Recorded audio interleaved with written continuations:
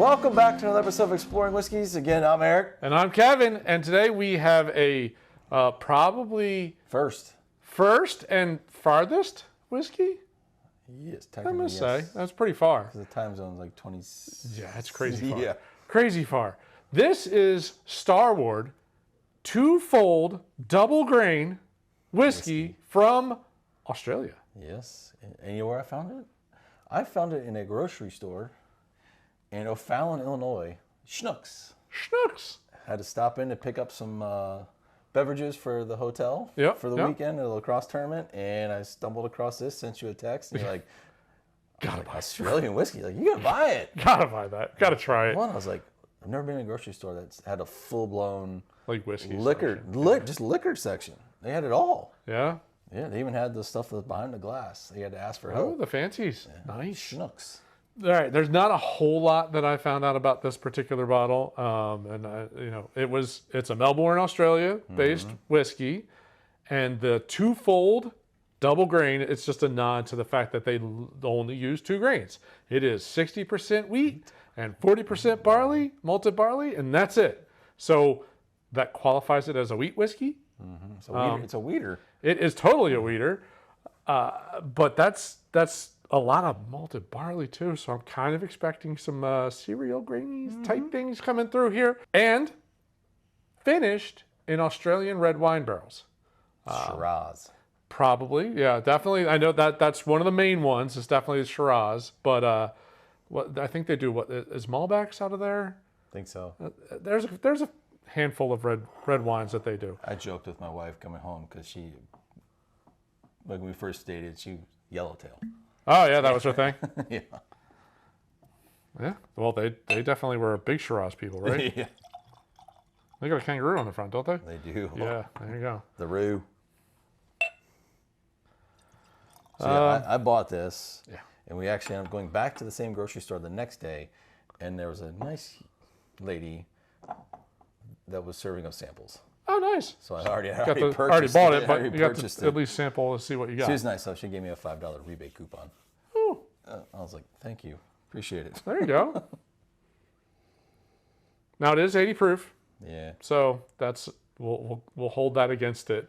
But 35-ish bucks in the States, not too crazy. They had it for 38 on sale for like 34. Okay. So, and you got a $5 coupon.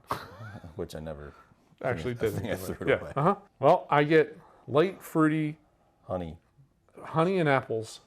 Yep. Is kind of the notes that I'm getting.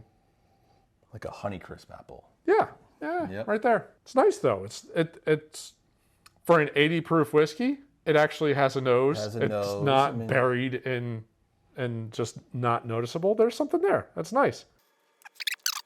Yeah, very sweet honey. Very honey. This is very scotchy. Yes. It's very much like a single malt scotch. That when honey, I sampled at the citrusy store, note. that's the first thing that came to fruit mind. note. Yeah. Speyside-y. Mm-hmm.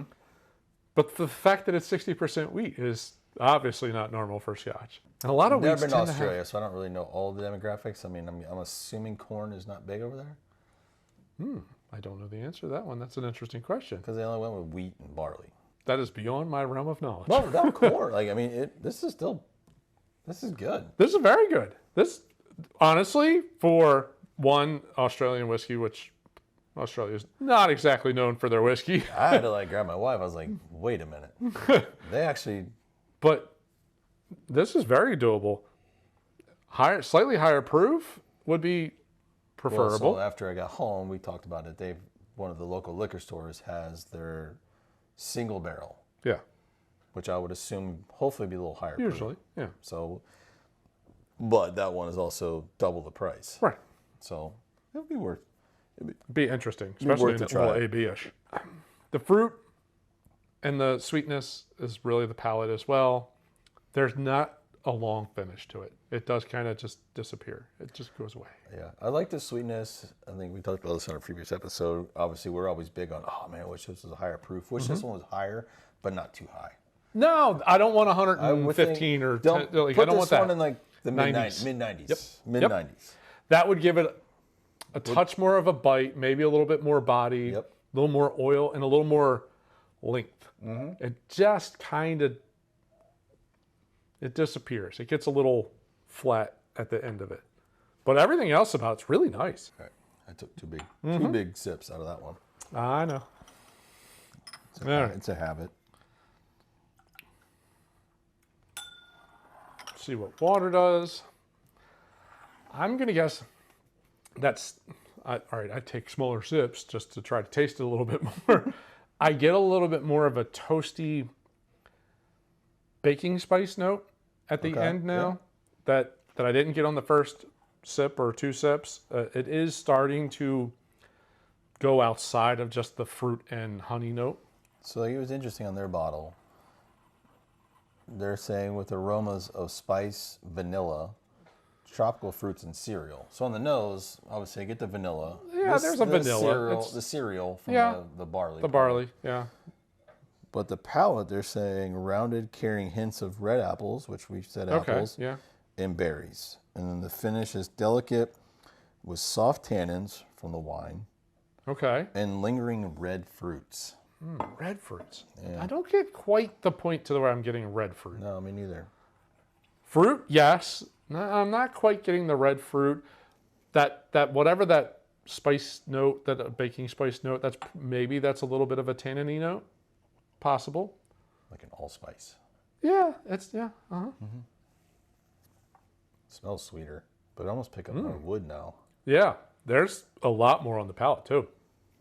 There's a lot more, those tannin notes, the barrel notes, I guess from the red wine barrel and from the red wine itself. That comes through a little bit stronger, and now I am getting more of a. Still not gonna say red, but red grape, not red fruits. There's a grapey note. I get all wood in the back of in the way back. Yeah, I'm getting a touch. An apple peel. Apple peel. Okay, the waxy thing.